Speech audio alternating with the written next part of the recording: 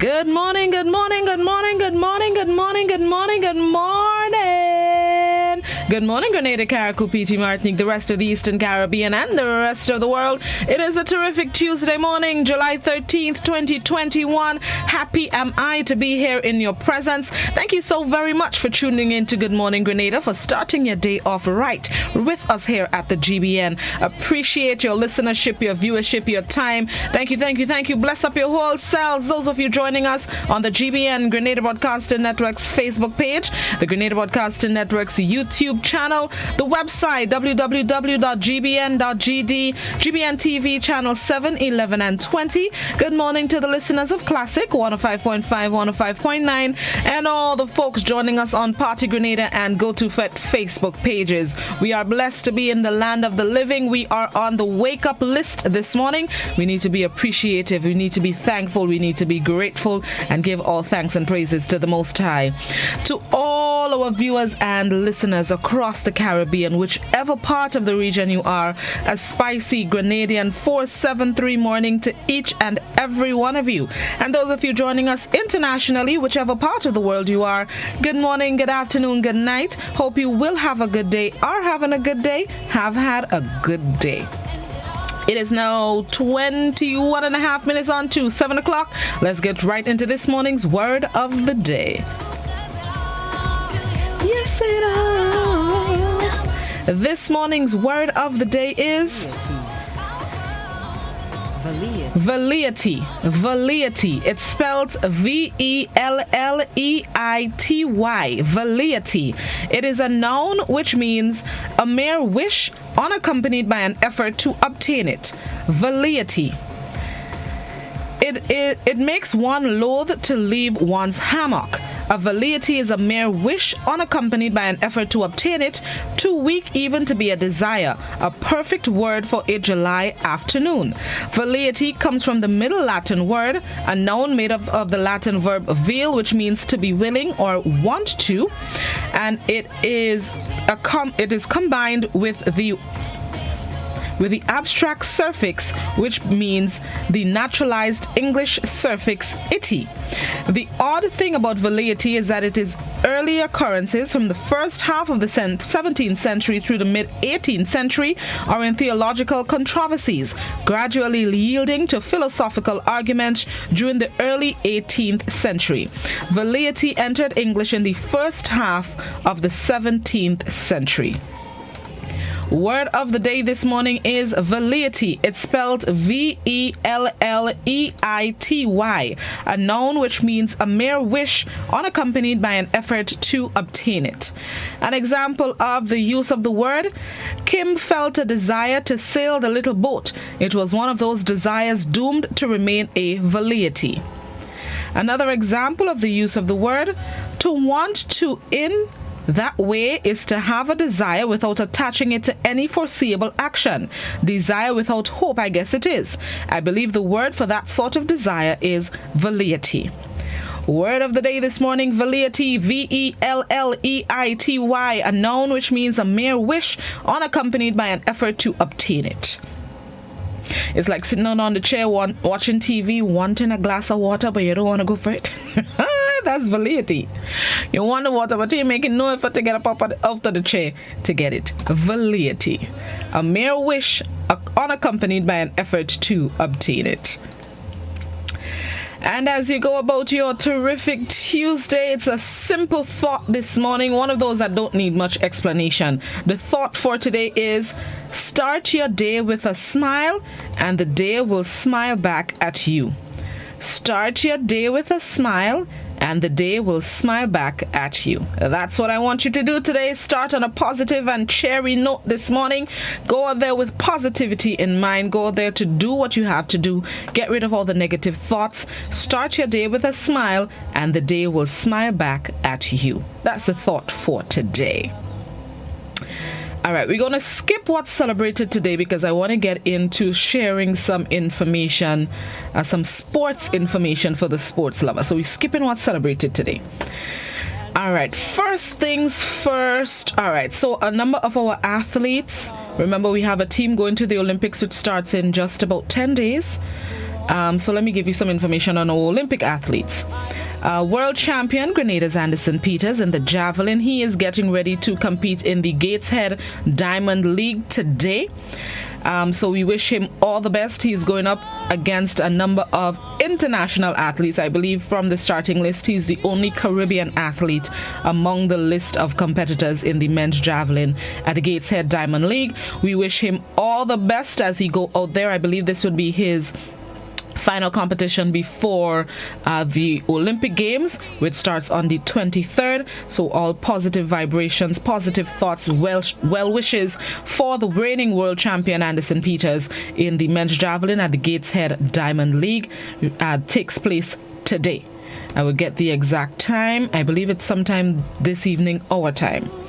Sometime tonight, our time. But I'll confirm the time, and we of course would follow the proceedings and the exploits of one of our Olympic athletes, Anderson Peters. Another one of our athletes, Delron Felix. Delron Felix left the island over the weekend, getting ready for making his way to the Tokyo Games. Delron is competing in the swimming.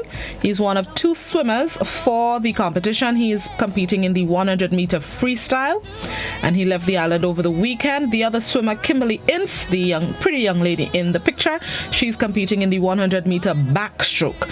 So, of course, we wish both of them as well good luck, well wishes. The Olympic Games, qualifying for the Olympics is an accomplishment, a great accomplishment, and we wish them all the best. Two of our youngest swimmers here in Grenada, representing the 473 on the international stage, the biggest sporting stage worldwide. So we wish them all the best. And finally, sports-wise, so moving from Olympics, before we move on from Olympics, a reminder that the Olympic Games will be carried live on GBN channel 7, 11, and 20 from July 23rd. That's in 10 days. So all the action will be carried on GBN as we follow our 6-member team at the Olympics. Remember, we have gold and silver medalist Kirani James. We also have world champion Anderson Peters. We also have Lyndon Victor in the decathlon, Melanie Rodney in the 400-meter women, and then the two swimmers, Kimberly Ince and Delron Felix. Small team, small island, big talent. We wish them all the best at the Olympics, which runs off in 10 days. Will be carried live on GBN channel 7, 11, and 20. Right, now moving on from the Olympics, today, or tonight I should say, the national senior men's football team, aka the Spice Boys, will be in action. Their first match of the CONCACAF Gold Cup kicks off in Texas tonight. It's 9 p.m. our time. They play Honduras in Texas, and we send them all good luck, positive vibrations. This is the Spice Boys' first time in the Gold Cup in 10 years. The last time we were there was 2011.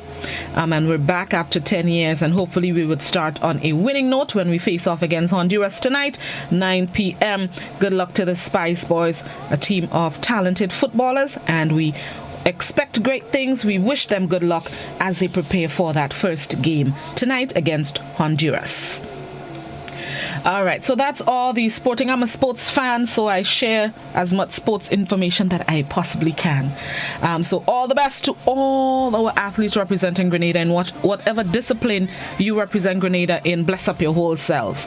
Now let's get ready for the morning edition of news. For those of you on radio and those of you on our visual platforms, we bring you highlights of last evening's newscast. Good morning, Grenada, on a terrific Tuesday morning. We'll be right back.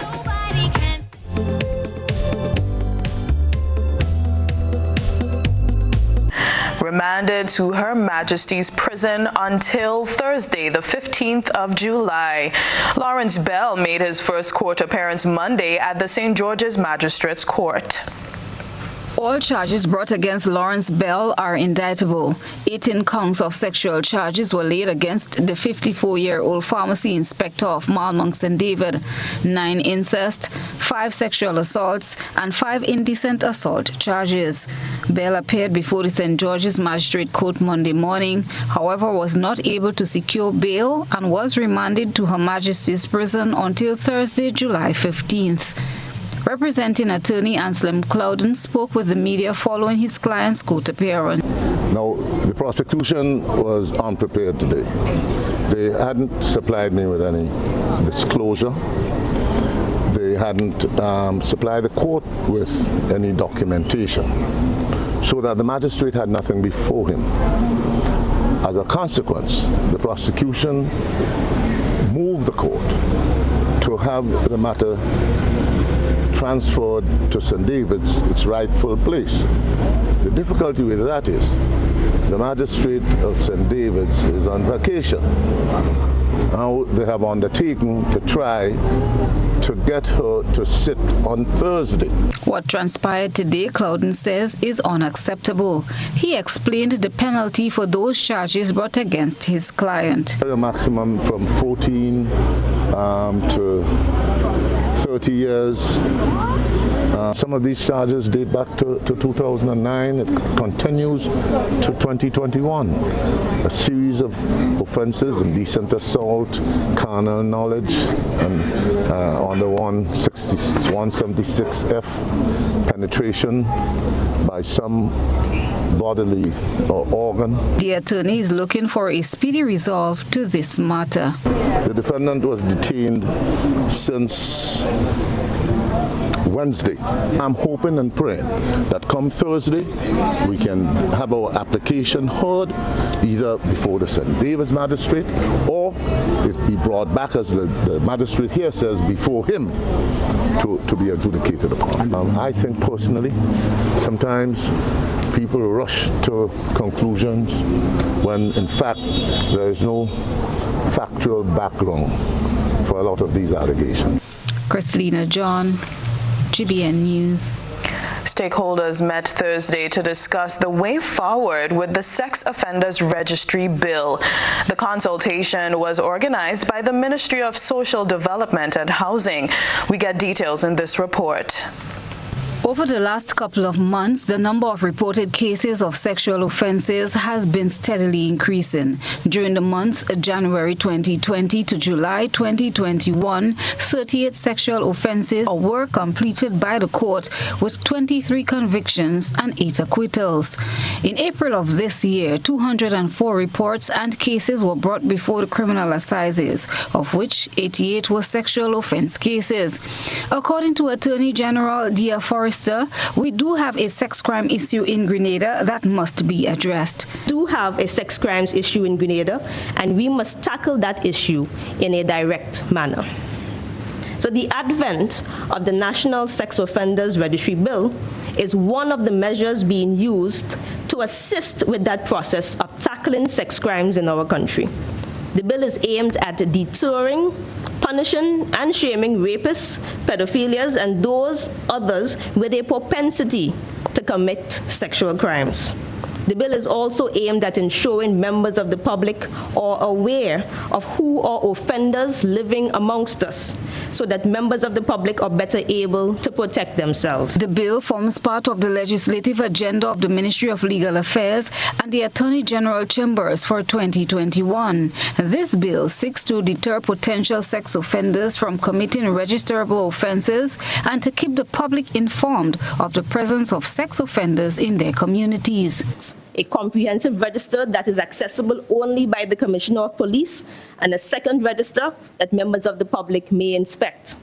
The intended registers would be in the control and custody of the Commissioner of Police, providing the parameters for the police force to effectively monitor registered sex offenders and facilitate the Commissioner assessing the likelihood of that individual endangering their community and people with whom they interact with frequently. Minister for Social Development and Housing, Delma Thomas, addressed the issue. We have a responsibility. The responsibility is not only with the Ministry of Social Development, the SVU, and the police force. When you commit sexual offense on children, you are killing them. You are really killing them. You're destroying them for life. They are broken after. And you can't repair those brokenness. And therefore, we have to look at this crime, as a scourge, as an evil spirit. Legal Affairs Minister Kendra Maturin Stewart explained that under the bill, registered offenders will be required to report to the police station once every 6 months. Failure to adhere can result to a fine of $10,000 and/or 2 years imprisonment. Failure to comply with reporting to the police station every 6 months is a summary offense, punishable by $5,000 or 12 months behind bars. Christina John, GBN News. Unity is the mantra as the 3 public sector unions make a last-lap public appeal ahead of Thursday's court hearing.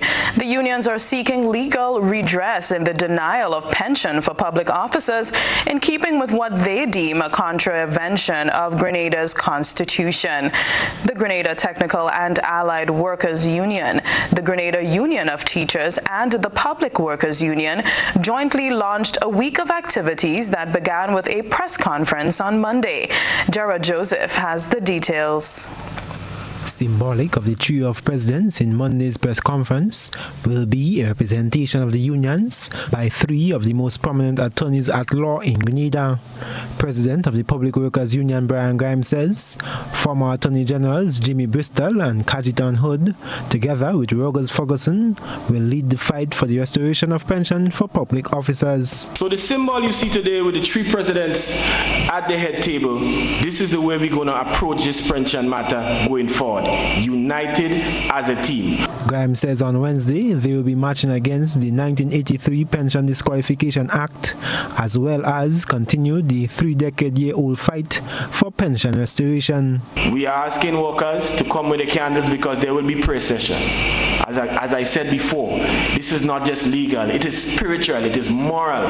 GTAO President Andre Lewis impresses that the pension issue is even now more relevant as the fight against COVID-19 has been led by public officers, many of whom will retire without a pension. It is unfortunate that the powers that be, the government of the day that has been in office for over 20 years or thereabouts, has not solved this matter, and we have had to go to the court on this matter. Lewis is appealing to Grenadian citizens to lend their voices and join the events for the pension restoration fight and prevent workers from retiring into poverty. Here we have parliamentarians who, after only 2 terms, qualifies for pension and gratuity. As a matter of fact, as we speak, it has been rumored and probably confirmed that a senior member of the administration most likely will not be contesting the upcoming election, whenever that be. But what he can rest assured about, he will have a pension to get. A march is scheduled to begin at the National Stadium from 10 a.m. on Wednesday and conclude with a rally at the Tantin playing field, where public officers and fellow citizens are asked to wear red. GBN reached out to the Prime Minister's press secretary for government's stance on the restoration of pension and was told that government will await the outcome of the court matter and will be guided accordingly. I am Jara Joseph for GBN News. Meanwhile, President of the Grenada Union of Teachers, Jude Bartholomew, says they will be sending a strong message of unity and passion for the workers' struggle while lifting up the court matter in prayer on Wednesday. The union leader, who was full of vigor in his presentation, says pension restoration not only covers teachers, nurses, doctors, public servants, but also police and prison officers. President of the GUT, Jude Bartholomew, highlighting on the significance of the inclusion of pension in the Constitution of Grenada, says the Pension Disqualification Act of 1983 was the greatest travesty against workers. The getting rid of the pension is could compare to slavery, and one of the greatest injustices that was done to the Grenadian people, to the Grenadian worker, to public officers and to teachers, not by foreigners, not through colonization, but basically by our own government. 38 years later, the union leader notes successive governments have denied the restoration of pension. He is pleading with Grenadians, the ordinary citizens and workers, to be the judges on an issue that goes far beyond politics. Whoever you are, whoever political party you support, let's put that behind us and let us rally with a common denominator in terms of fighting for the pension. Bartholomew, however, points to what he calls the unfaithfulness shown by the political parties who took office following 1983. They have restored everything when they restored the Constitution, and the only thing they left out basically is to put the workers of this country in the wet. They did not restore in terms of the pension for workers. The Deputy President notes that these politicians ensured the restoration of pension for themselves in the People's Parliament, while workers retire into abject poverty.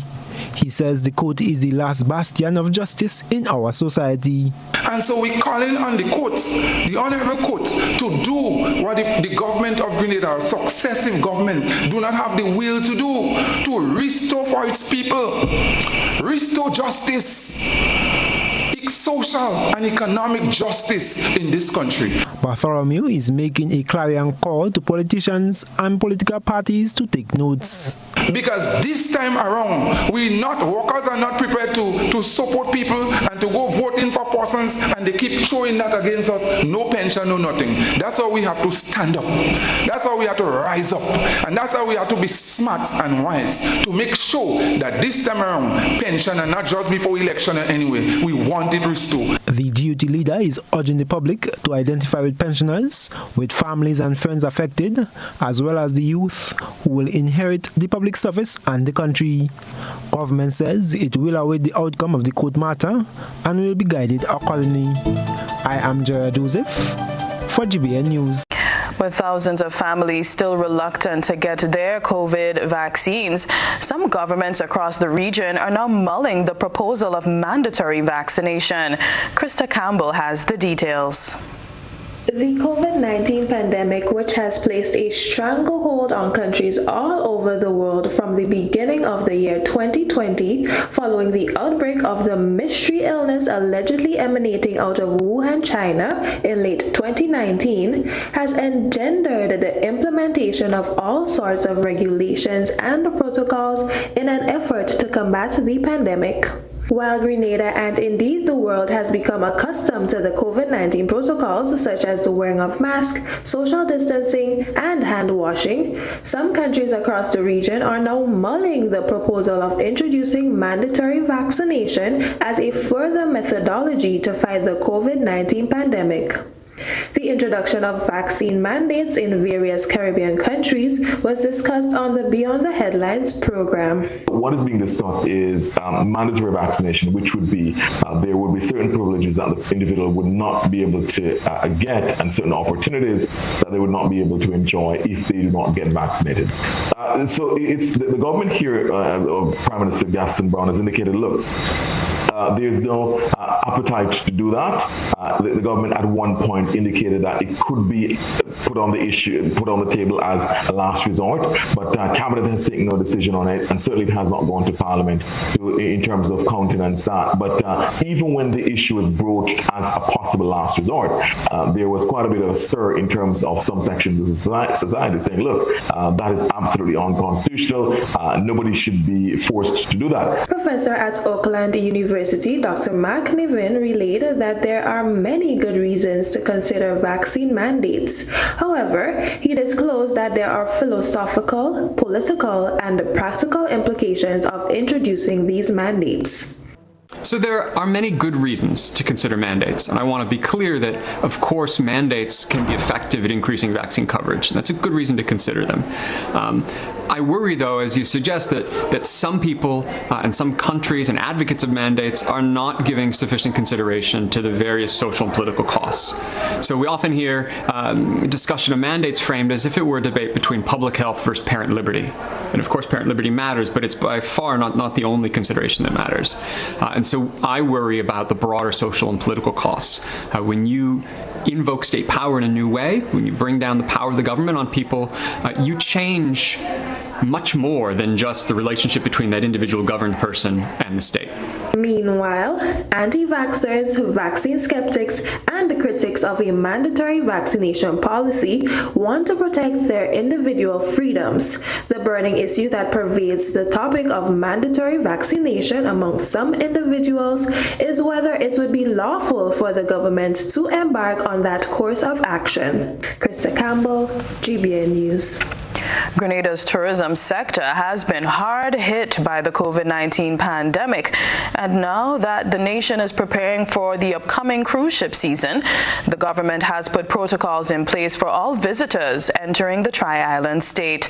Trelana Charles has the details.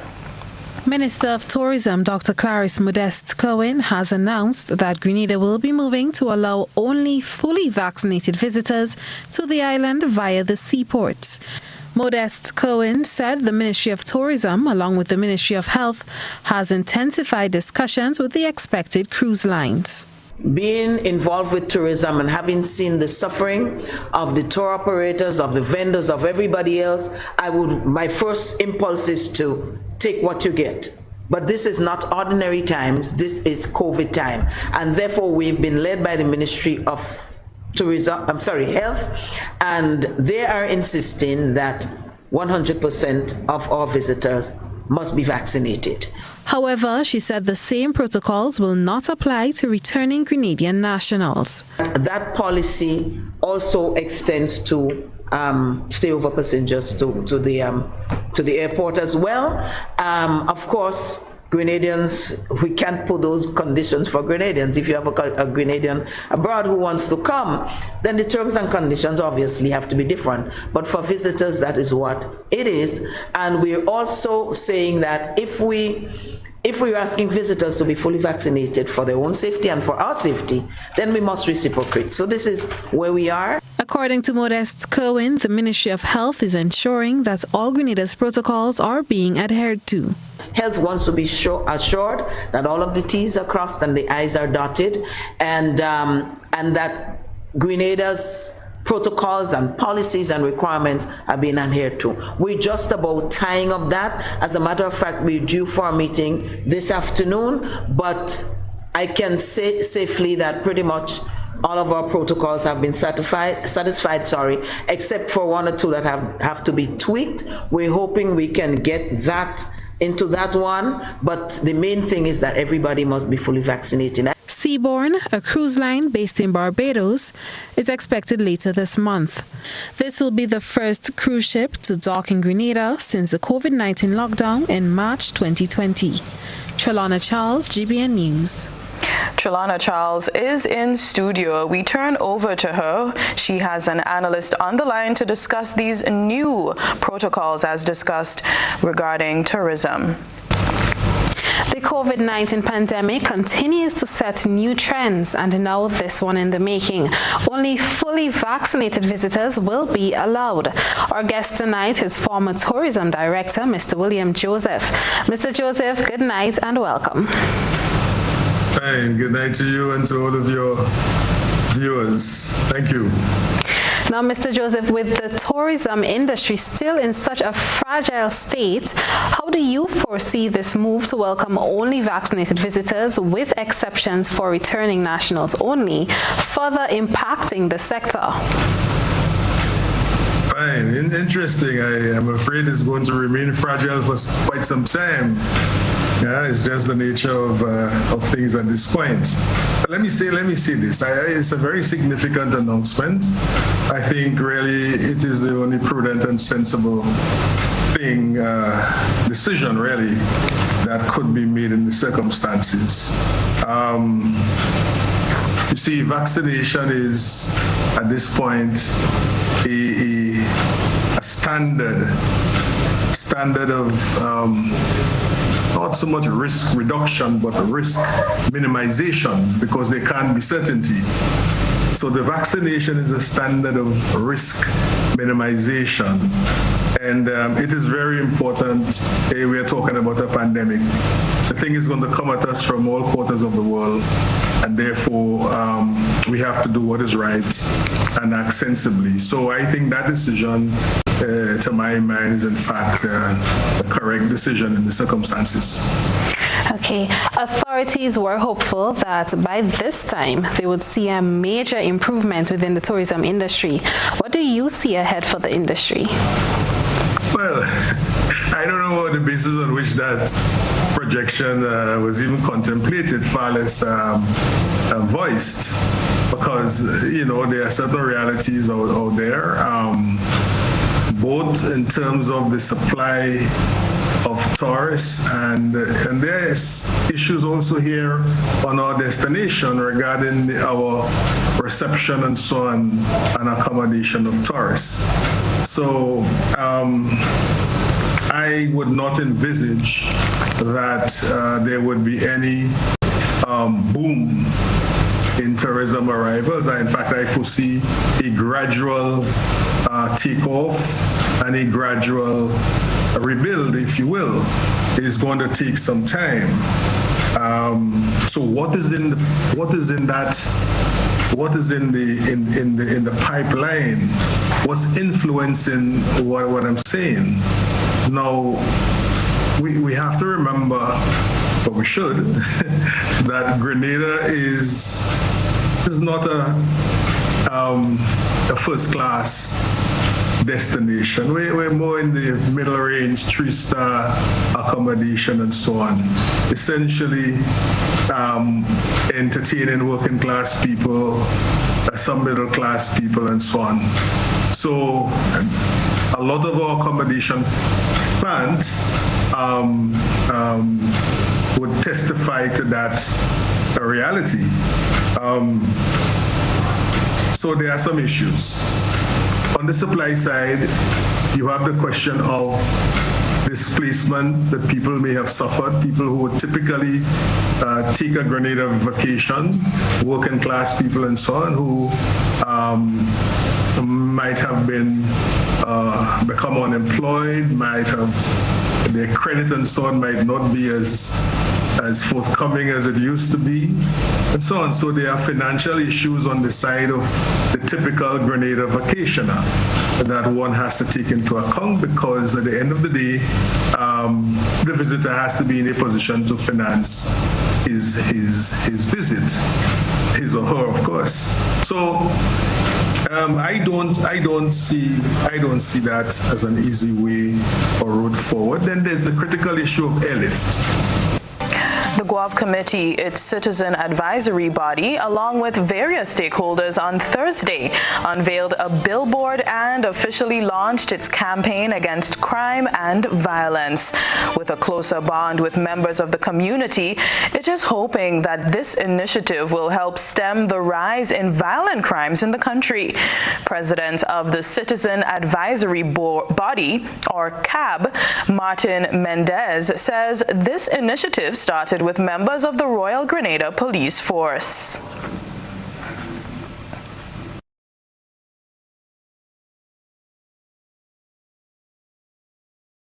Crime in this country has gotten out of hand. And in fact, this CAB is going to attempt to bring some semblance and to ensure that the crime rate in this country is minimized as much as we can. In fact, it might be almost impossible to stop it, but at the same time, if we can, we will. But at the same time, we will put measures in place so that we can reduce the incidence of crime in this. Mendez says CAB hopes to minimize the level of crime in their community and the country as a whole. And we made a contribution towards the police task force here up at GWAV. The purpose, really, we are committed to fulfilling our corporate and social responsibility. And with the reduction of crime, definitely you would see an increase in our economic stability, which in return would be beneficial to us as corporate bodies. The billboard, which was donated to the organization by Jonas Brown and Hubbard Grenada Limited, is a reminder to the public that violence is not the answer. Marketing officer of Hubbard, Donnelly Blackman, says they are happy to be part of this initiative. The billboard is placed in the parish of St. John at the entrance of the town of GWAV. Now imagine winning a year's supply of free cooking gas, free drinks, free fuel, extra cash, groceries, or even free insurance. Well, this is all possible with Hubbard's Grenada Limited as they roll out their free one-year promotion. Rena Pear Thomas tells us more. Hubbard's Live Free for 1 year promotion in partnership with Caribbery and other business partnerships gives customers who spend $50 and more at any Hubbard's store the opportunity to win a variety of prizes for 1 year. At the end of each month, one individual gets a chance to win free drinks, free fuel, free cooking gas, free insurance, extra cash at Communal Bank, and the grand prize of free groceries, all for 1 year. The promotion started on April 1st and will conclude at the end of September. This week, Hubbard's awarded its third winner, Mr. Ricardo John. He said he came to Hubbard's Tire Bay to purchase a battery for his vehicle and entered the draw. One entry earned him free fuel for 1 year through the Live for Free 1 year promotion. My first reaction, I couldn't believe it because I came at the Tire Bay to purchase a battery. So when I heard I was a winner, I was really excited because free gas for 1 year, it's a big thing, due to the cost of gas and stuff, knowing that I'm the winner, it will go a long way. Well, I'm very thankful for it. I'm happy to be the winner. Yes. Marketing manager at Saul's Petroleum, Mrs. Charles, said they are happy to be part of Hubbard's Live for Free 1 year promotion. For his price, he will be getting $450 worth of Saul gas for the next 12 months. Saul has established a partnership with Hubbard's for this promotion, and we look forward to collaborating with them on other promotions and even activities that we will have. We thank all the customers who would have purchased product in hope of winning this prize at our Saul locations, and those who have participated at other Hubbard's locations and other partners.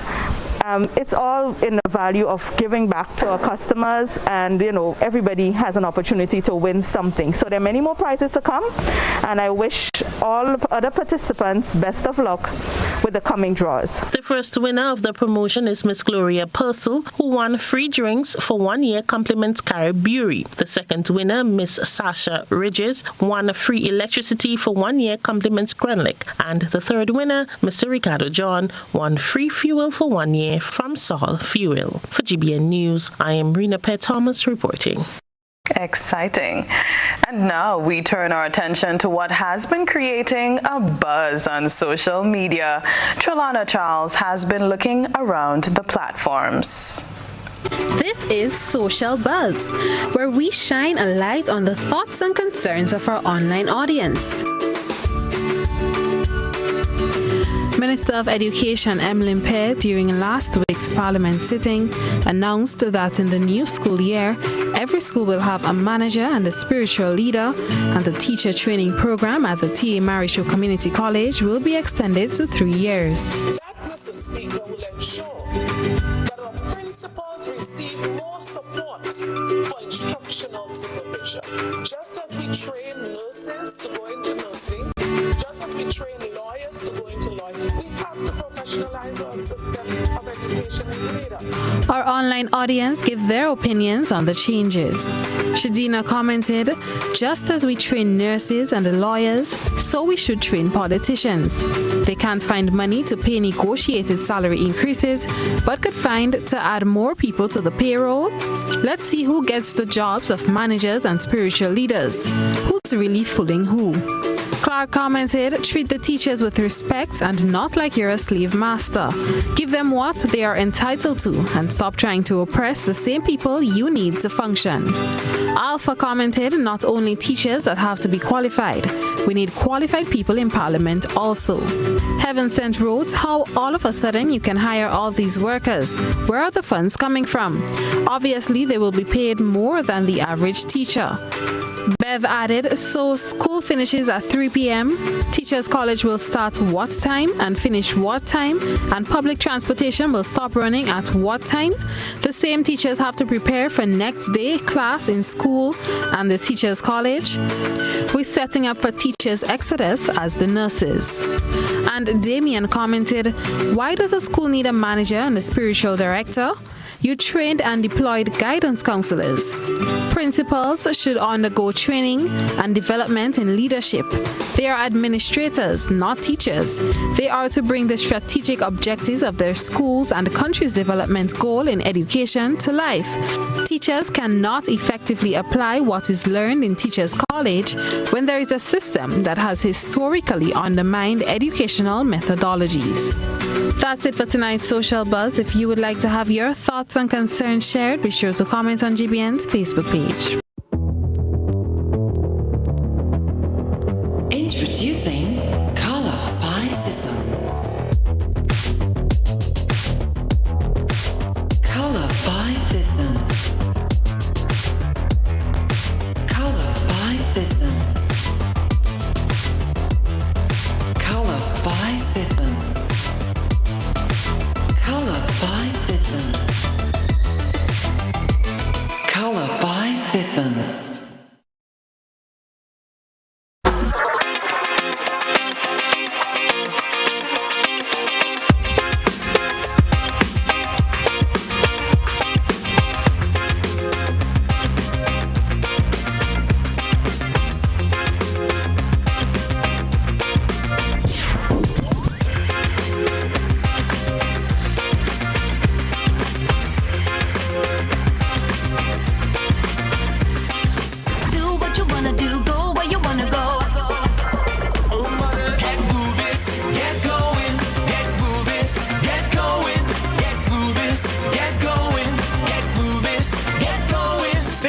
Ultratech gasoline and diesel, available only at Rubis stations.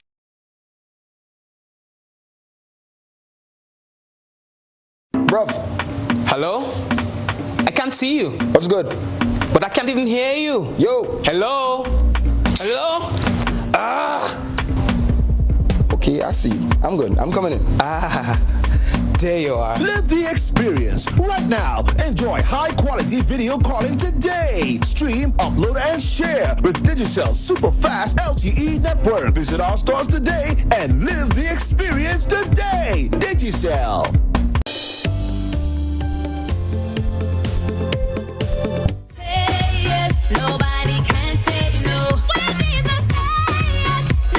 Welcome back to Good Morning Grenada. It is now 19 minutes after 7 o'clock. Those of you who stuck with us, thanks for your patience. Those of you just joining us, happy to have you. We're going to get right into this morning's discussion.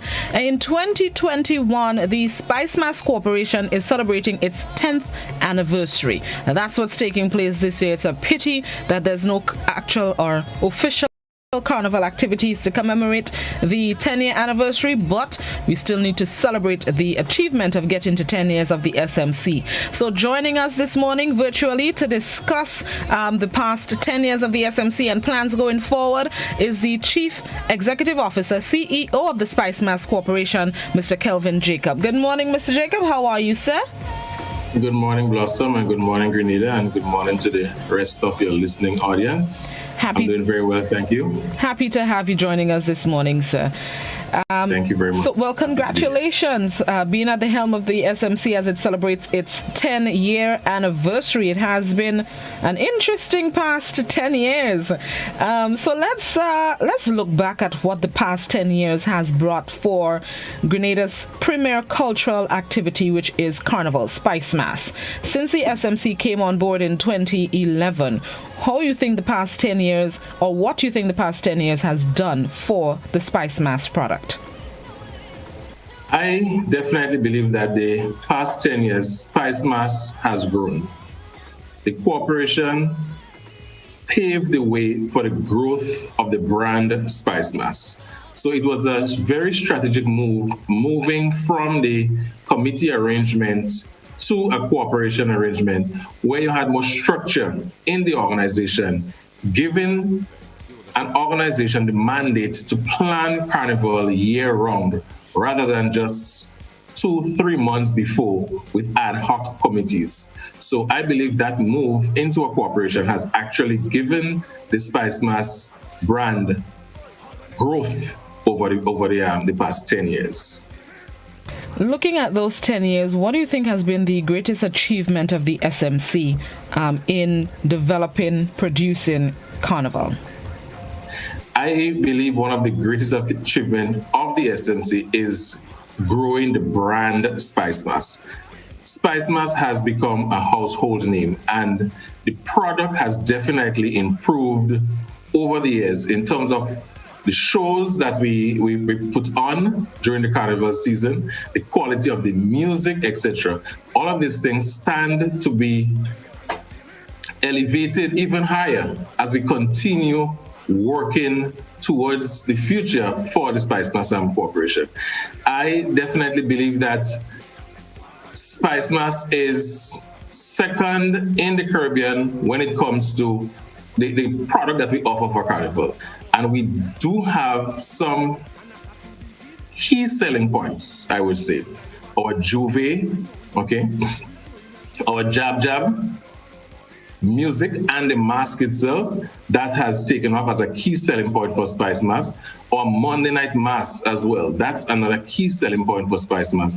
And our music, in terms of the Soca Monarch especially, and the show, that has become a great element in the product of Spice Mas. So I think these are some key growth points of the brand, this overall Spice Mas brand, over the years that Spice Mas would have evolved from the committee into the Spice Mas Corporation. You have been CEO for the past 2 years. Since 2019, you're into your third year. Looking at your tenure as CEO, how do you think you have helped the SMC achieve its mandate of producing and advancing Spice Mas? Well, I continue to build on what was the foundation that was laid before, okay? And I believe that under my reign, we had more structure in terms of the operation of the office, okay? So the office staff, we have made sure that they have clear objectives, they have clear goals, they have clear structure in terms of what they are expected to do on a day-to-day basis. So the office runs more now like a business, and we can see that the office staff is more empowered in what they do. They become professional. We've held training for the staff, okay? We've outfitted them with the uniform, etc. So we give them the look, as we would say. People would speak to you, people would address you based on how you look. And if we wanted the staff and we wanted the organization to become that professional organization that commands respect from the public, we had to elevate the staff in terms of their appearances, how they appear in public, how they appear to the clients that they serve. In your almost 3 years as CEO, you've only had 1 year to actually put on a carnival, because 2020, 2021, there's no official Spice Mas. How do you think this, or do you think this can hurt the product of Spice Mas? And what plans do we have in place to at least keep the conversation going that Spice Mas is actually a product, even without official Spice Mas taking place? Well, I don't think it hurt the product of Spice Mas, okay? Yes, we haven't had Carnival for the past 2 years, but it gave us a time to reflect on the product, okay? The 2 years gave us time to sit back and reflect on the product. So during the downtime, while we are not actually putting on events, we are actually looking back at the events we put on before, and look at some of the challenges, look at some of the places where we can grow the product. So I would not make that bold statement to say that the 2 years actually hurt the product. I think it gave us time, it gave us room to look at how we can improve the product. It gave us time so we can reflect, we can engage, we can re-energize ourselves to come back after the pandemic. Coming back after the pandemic, how will we come back after the pandemic? Because I feel like these 2 years should be used to further develop and enhance the product. What can we expect? Right, so let's keep fingers crossed that there's Spice Mas in 2022. Well, one of the things we engaged in was a project. We were part of a project with the Caribbean Development, funded by the Caribbean Development Bank, together with St. Lucia and Dominica. And that project was mainly to look at the branding and commercialization of the carnivals in the 3 islands. So we have a blueprint now out of that project, okay, of how we can market our carnival more, how we can commercialize our carnival more, how we can put better structure, etc., into our carnival. And it was not just desk research. That project didn't just come from a consultant sitting down at a desk and coming up with some plans or some suggestions of how the three islands, specifically for Grenada, can improve the carnival. It went along a number of stakeholder consultations, okay? So we looked at our sponsors, we looked at our key stakeholders, Mas, Pan, and Calypso. They were all engaged in the process. So they gave feedback to the consultants as to what are some of the loopholes, or what are some of the ways that the Spice Mass product can improve? What are some of the challenges as stakeholders that they experience? And all of this was built into the final document to give us that blueprint as to how we can move forward and make Spice Mass even better than it is now. Can you highlight some of the things that were in the document? Well, one of the main things in the document was an IP toolkit.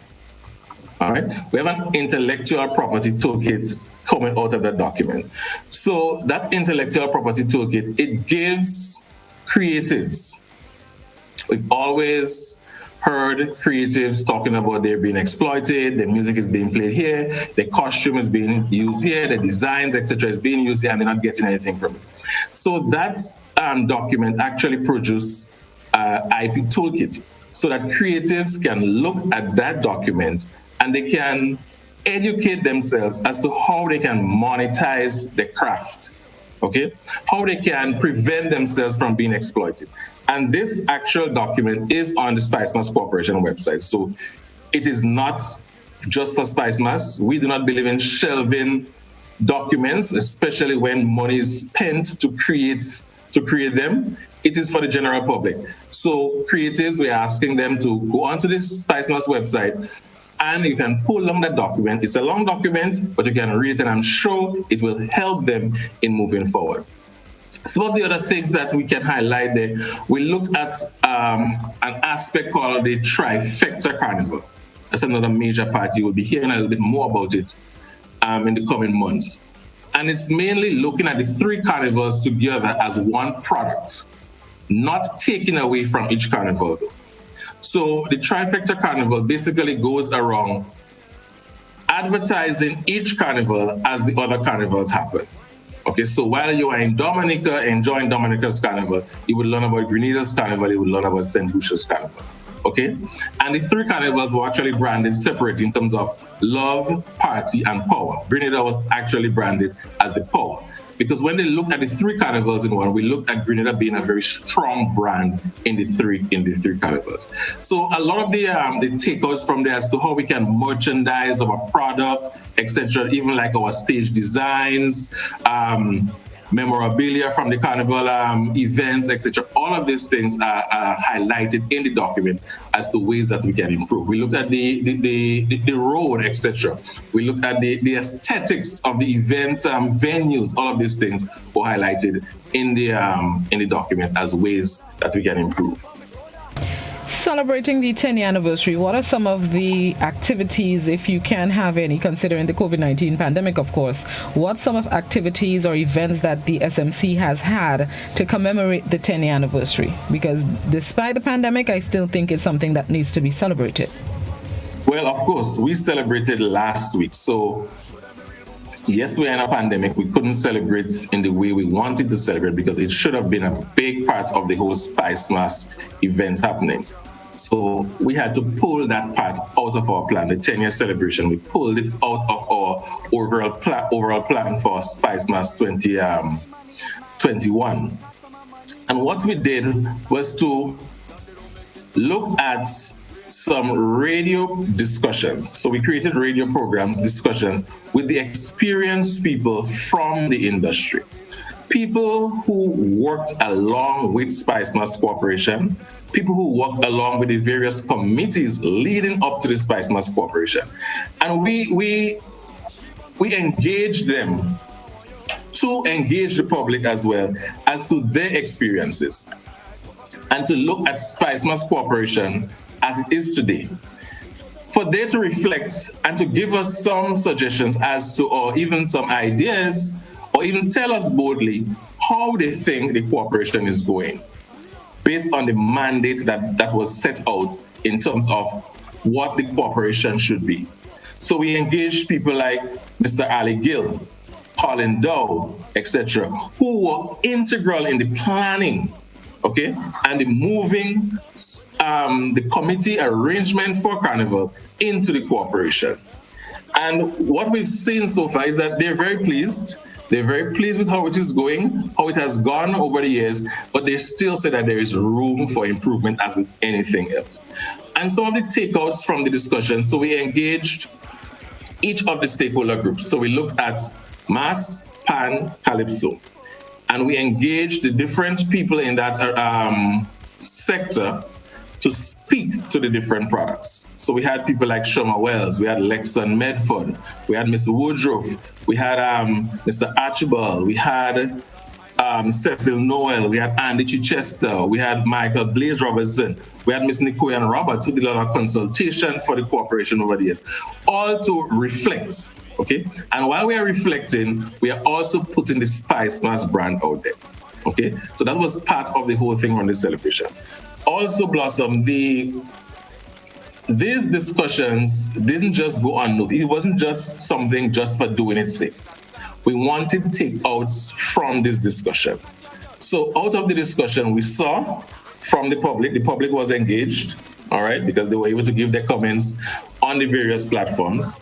And we've seen the clamoring, or we've heard the clamoring for the revitalization of our traditional mass. And this is something that the SMC has put on its mandate for 2020. We had it on our mandate for 2020. It was going to be the year of the traditional mass, but COVID did not allow us to do that. So in 2019, we engaged the schools and we had a workshop with the schools, and we had 14 schools, and each of the schools was given a traditional mass, which they were supposed to do some research on and then present the traditional mass for Kiddies Carnival 2020. We know that some of the schools actually started and they were a little bit disappointed when we didn't have Spice Mass 2020. But I'm sure that when we re-engage the teachers in these schools, they will be happy again to continue with the product. So we've heard that. We've heard also about the Queen Show, okay?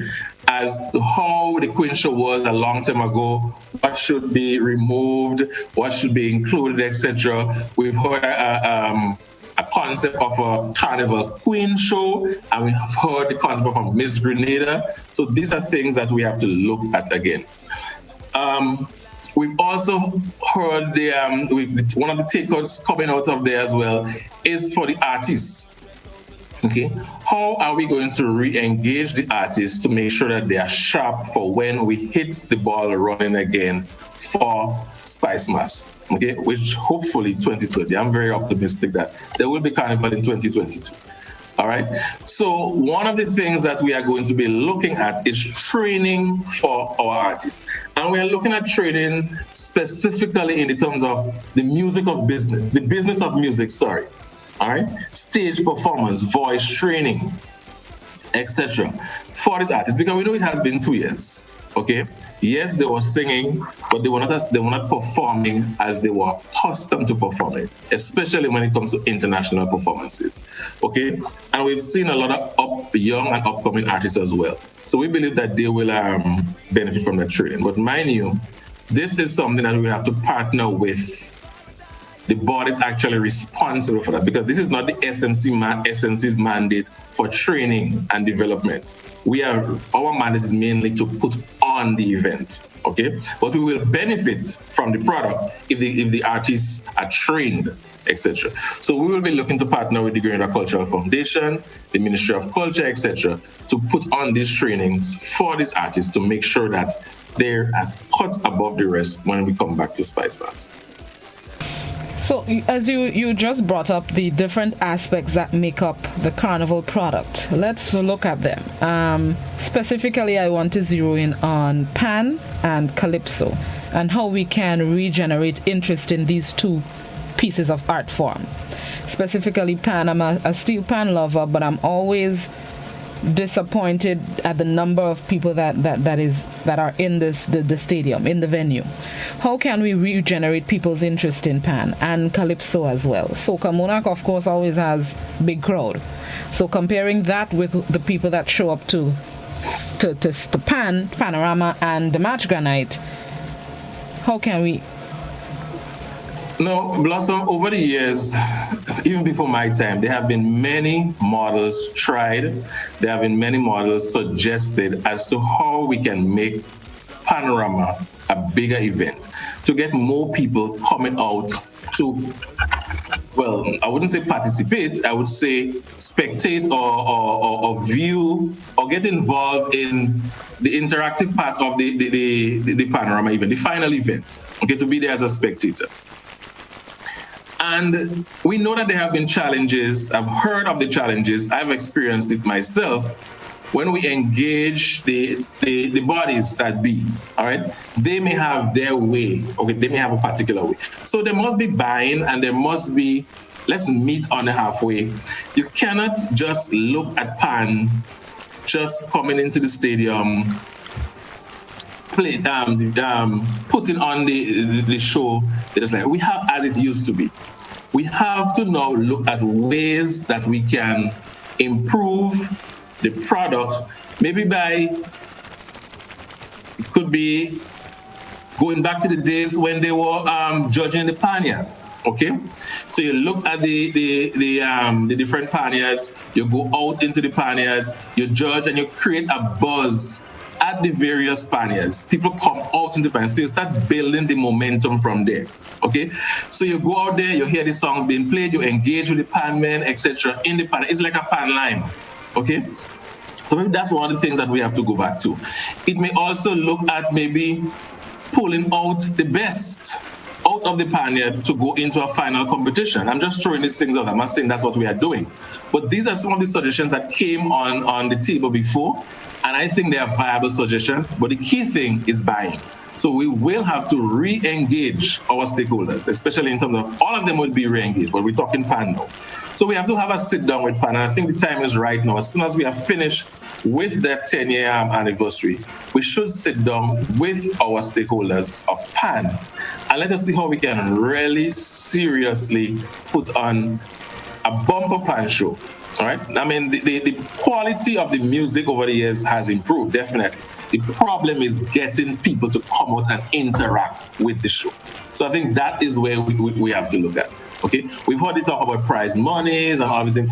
Let's put it aside for now and let's look at improving the show, and then that aspect would be taken out. Calypso as well. Calypso has its people, as I put it. Every year you're seeing those faces in the Mardi Gras. But from the Calypsonians themselves, sometimes you hear that they're not really satisfied with the crowds, they're not satisfied with the support that they get, the publicity that they get, especially with their music.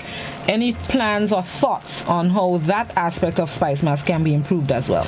So the question I may ask, why aren't they satisfied with the crowd? What about the crowd they're not satisfied with? It should be bigger. It should be a Soca Monarch crowd in the Mardi Gras night too. All right. So the problem is why people not coming out for Calypso?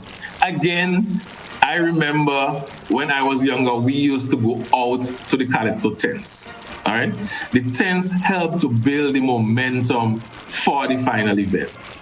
I remember going to work the next day, and the talk on work was about the tents. Oh, which tent you went in last night? I went in that tent, and you didn't hear that song there, and and it created a buzz. And people started looking for the next tent. So tents became like a lime. And I think we've seen a breakdown in the number of tents over the years, having that kind of build up to the carnival. So again, that's something that we have to look forward to. I think community, when we look at carnival in the various communities, this is what is going to build the momentum to bring the final crowd into the Mardi Gras on the final night of the competition. All right, Mr. Jacobs, let's take a break and then we're going to come back and continue the discussion. We are speaking with CEO of the Spice Mas Corporation, Mr. Kelvin Jacob. We'll be right back.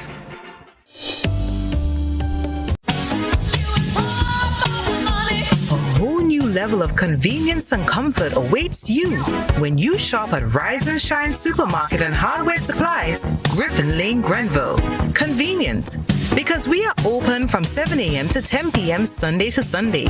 We're even at your service on public holidays. Comfort, because we are easily accessible to the physically challenged. Free Wi-Fi is available while you shop, and bags come at no charge. Everyday low prices and excellent customer care. Adequate parking available. We supply everything you can possibly think of. Family and home supplies, fresh meat, vegetables, and personal care products. All brands of cooking gas at affordable prices.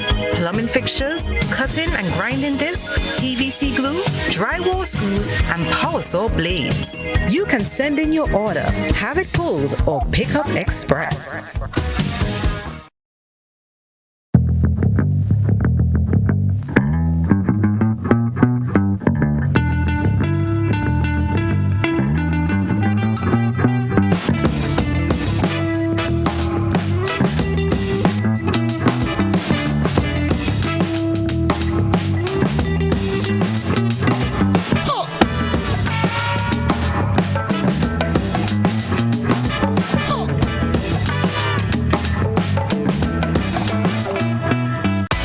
Upon a time we shopped at Wonderland, then Neverland. But we're all grown up now and no longer believe in fairy tales. So now we just shop at Shoes R Us. At Shoes R Us, we stock the latest in shoes, tops, and jeans for the fashion-conscious lady. We also carry colognes and much, much more. And for the modern trendy male, we have the latest brand name shoes and sneakers, Converse, Reebok, Nike, K-Swiss, Puma, and much more. So check us out at our two convenient locations, Melville Street in St. George and Ben Jones Street in Grenville. At Shoes R Us, we say, come shop with us.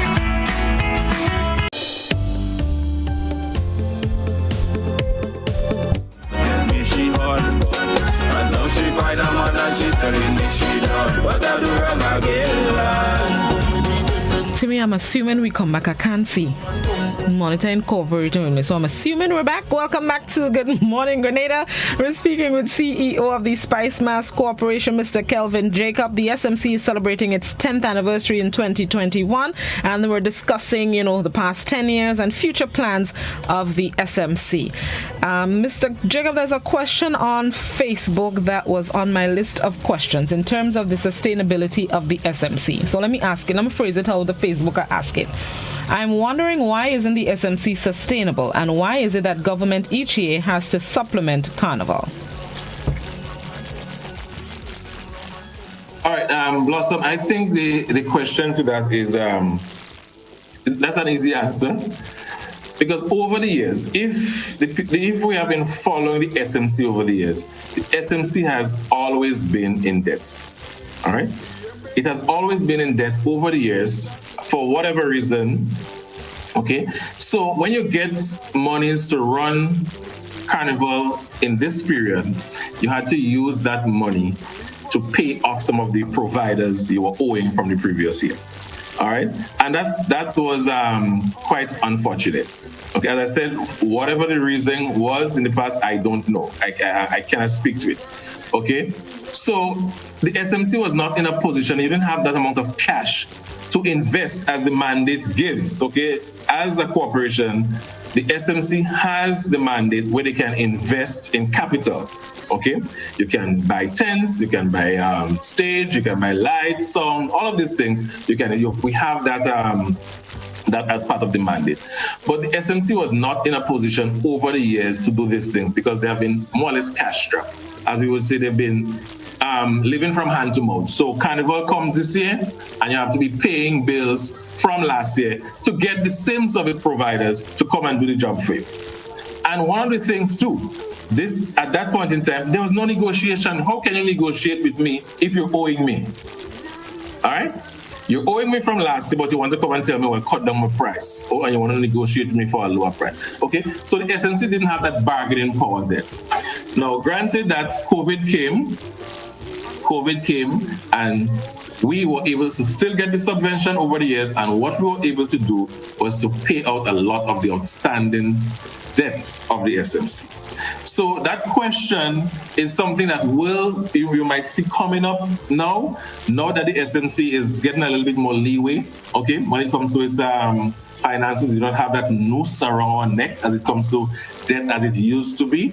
So I'm sure that the SMC now, together with the board of directors, can start looking now at some form of investments which will help make the SMC more sustainable over the years, so that we can actually stand up on its own. Very good question. Okay. Let's look now at the development of our young artists. A lot of our new artists, whether they come out this year or 2 years ago, tend to gravitate toward soca.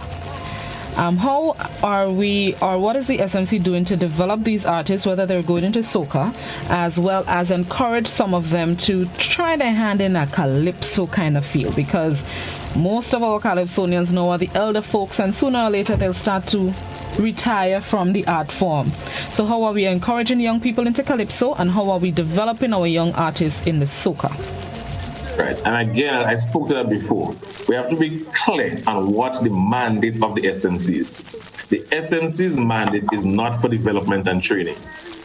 All right, so as I said before, we are going to partner. We see the need, and we are going to partner with the Grenada Cultural Foundation and the Ministry of Culture, which is part of their mandate for training and development, which will feed the SMC with the end product from that training and development. All right, so that's something that we recognize, and it is something that we cannot just do it on our own because it's not part of our mandate. Okay. Well, maybe this one is in line as well. Somebody on WhatsApp is asking, what is the SMC doing to improve the skills of mass producers and steel pan arrangers and calypsonians? I would fall. Yeah, and that falls on the same line, yeah? So, I mean, I would encourage people to, especially the people who are involved with the SMC, to look at the Spice Mas Corporation Act. It's available on our website. It's available on the government's website as well. And see what the corporation was charged with as its mandate when the corporation was formed. Because this would eliminate a lot of the discussions, a lot of the angry talks that come up a lot of the times about what is SMC doing, and SMC should be doing this and SMC should be doing that. But everything is not for the SMC to do. Yes, the SMC benefits from it, but it is not part of our mandate. It will not form part of our budget. And if we step aside and we do it, we will be walking outside of our mandate. And as we say in local parlance, we might be stepping on somebody else's toe. All right? We cannot be taking on the job of the Cultural Foundation because that's the Cultural Foundation man. But we can work along with it. SNC is under the umbrella of the Cultural Foundation. So we can bring these points to the Cultural Foundation and say, hey, we realize that there's a need for panmen to improve their skills, okay? Can we come up with a project? Okay, we have some money from our budget, we can assist. What can you do, etc. So it's a conversation that we have to have with the body directly responsible for training and development. And again, the association, all right, the Steel Pan Association, if we're talking about pan, development of pan. So these are three entities, three separate bodies that can create a discussion as to how we can work together. Because when we work together, each one benefits. There's no I in team, huh? There is no I in team. And at the end of the day, who looks good? Grenada looks good. Okay, Grenada looks good because Spice Mas product belongs to Grenada. It does not belong to Mr. Jacob. It does not belong to the chairman of the SMC. It does not necessarily belong to the government. It belongs to each and every one of us. And each and every one of us must take an integral role in building the brand. And when we get out there on Facebook and we lambast the SMC and we talk all the bad things about the SMC, we are damaging our own brand because the SMC belongs to you. If you have a house and you keep knocking every window and every wall, you are breaking it down. All right? So you have to look at working along with the SMC to build a brand, because at the end of the day, the SMC belongs to Grenadians here and abroad, even the ones in the diaspora. There's an interesting question on Facebook that brings in the sister aisle. Somebody on Facebook says, in Grenada we celebrate 2 carnivals, in Carriacou and the mainland, but when we talk about Spice Mass, we're only speaking about mainland and not Carriacou. Question, can you tell me what the SMC is doing over the years to enhance the Carriacou and P.T. Martinique Carnival brand? And the second question is, a lot of money has been given to the Sister Isle Carnival. Most of the artists in Grenada complain about the money they invest in creating their music, but feel they don't get back anything from that and want a raise in the prizes that are given out for second and third. So the first question, what is the SMC doing to enhance Carriacou and P.T. Martinique? And the second question, an increase in prize money, especially for second and third places. Right. Good questions again, and it's all comes back to education. And I'm glad we're having these discussions because maybe another time those questions wouldn't come up. All right, because it's all about education, etc. Now, again, if we go back to the SMC's mandate and reading the SMC's Act, SMC is not responsible for Carriacou's Carnival. Okay, it's not part of our mandate. Carriacou's Carnival is managed by the Festivals Committee in Carriacou. All right, so it's 2 separate entities. Granted, there is room for collaboration. All right, so I always advocate for some form of collaboration in terms of marketing.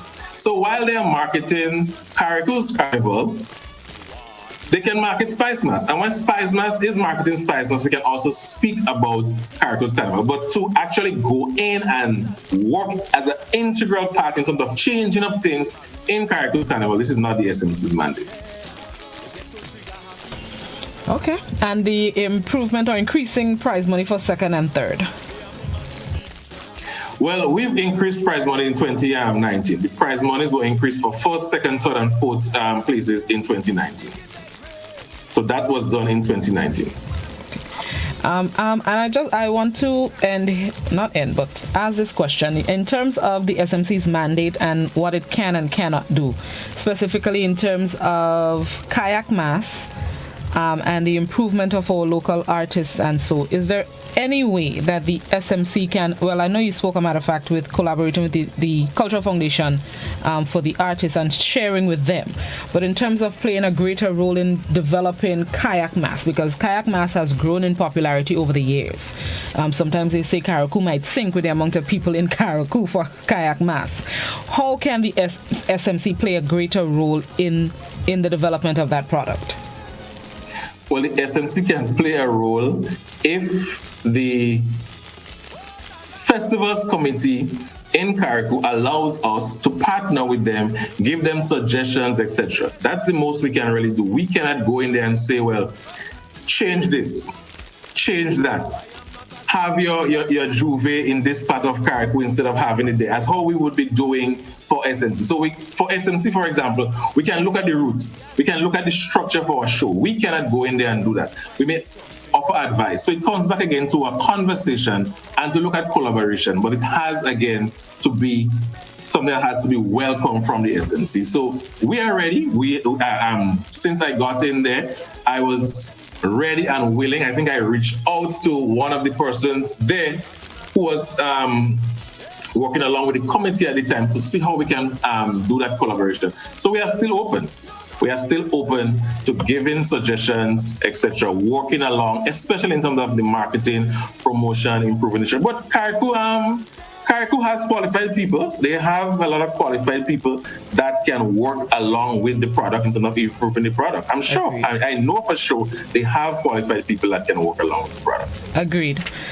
And as we prepare to wrap No Carnival for 2 years, what are the SMC's plans to see that 2022 we don't just come back with a carnival that is reflective of 2019, but we can actually see an improved product for Spice Mass? So we are going to be starting with consultations. Okay, stakeholder consultations will be the first start. We are looking at a bottom-up approach. So we are going to listen to our stakeholders. We've started the conversation already with the week of activities, with the various discussions on the radios. We've heard from the people who worked along in the cooperation before.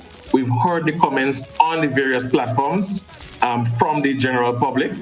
And now we are going to engage our key stakeholders and see how we are going to be moving forward. So, and we've had plans before for 2020, we've had a plan for 2022. But now we have to revisit these plans. And as we revisit these plans, we are going to be re-engaging our stakeholders now to make sure that what we are going to be putting out is what they want to be a part of. Because you can create a festival, okay?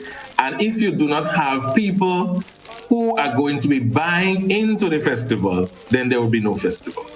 Okay, so we re-engage us. That's the first thing we are going to do. Re-engage our stakeholders and make sure that we are all in sync as we move forward together. Because it's together we will achieve more team building. Any final thoughts, Mr. Jacob, as we end?